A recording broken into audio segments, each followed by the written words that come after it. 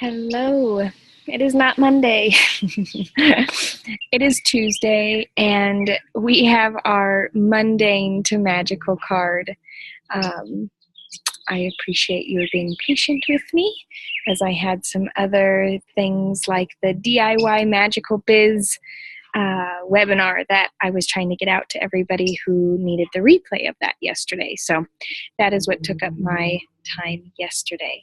So on to today, and here we are, and it feels like a Monday kind of to me. I've been busy playing and doing things like that, and I suggest you do the same thing. We're in summer, why not?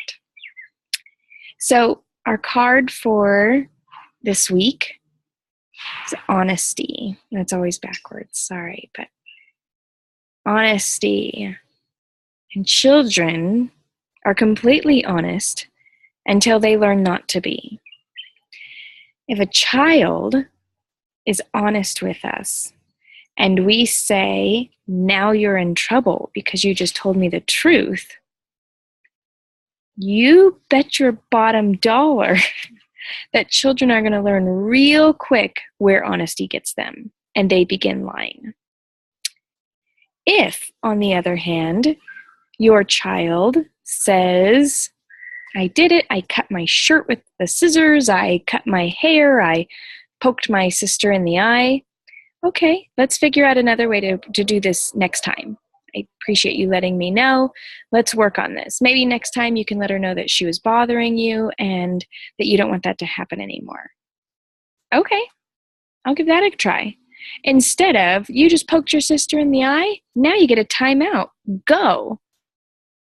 Next time next time somebody gets hurt, who did this?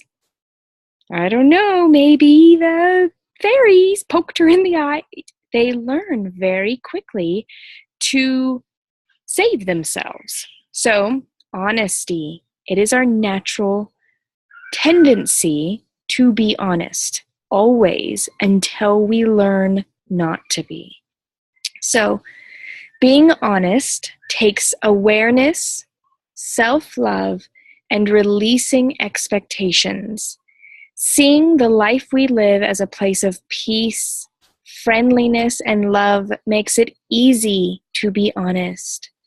Releasing all judgments of what we should or are supposed to do or be helps us to know that we are perfect exactly where we are. This awareness of perfection in our present moment, with the willingness and openness to transform, is the springboard for an honest expression of our authentic selves. Now, I'd love for you to go to the blog, and I gave 5 steps of how to create your most authentic life so that you can live a life in full honesty with yourself, so that you're not trying to live up to anybody else's expectations and you're not trying to kind of create a life that is not yours. So honesty is so powerful. When we step into who we are in our most authentic selves, we can really thrive. And when we step into this space on a consistent basis and no longer feel like we need excuses to explain why we are who we are, and when we let go of those expectations that others might have of us, and then therefore releasing the expectations that we have to be a certain way, then we step into this new space that feels so liberating. And this is the space that we want to be parents from, that we truly are the most magical mothers, is this space of complete liberation, of no declaring anything other than your truth. And when our children see that, then they can step into their authentic selves and feel liberated, that they don't need to conform or make sure that they're living up to other people's agendas or ideas of who they should be. So honesty, it's a radical step into a world that is not part of what we're taught on a regular basis. So with this, take some time to really, if you could take the time to look at the blog or look at this once a day this week and really let it sink in as to what being honest to yourself really and truly means.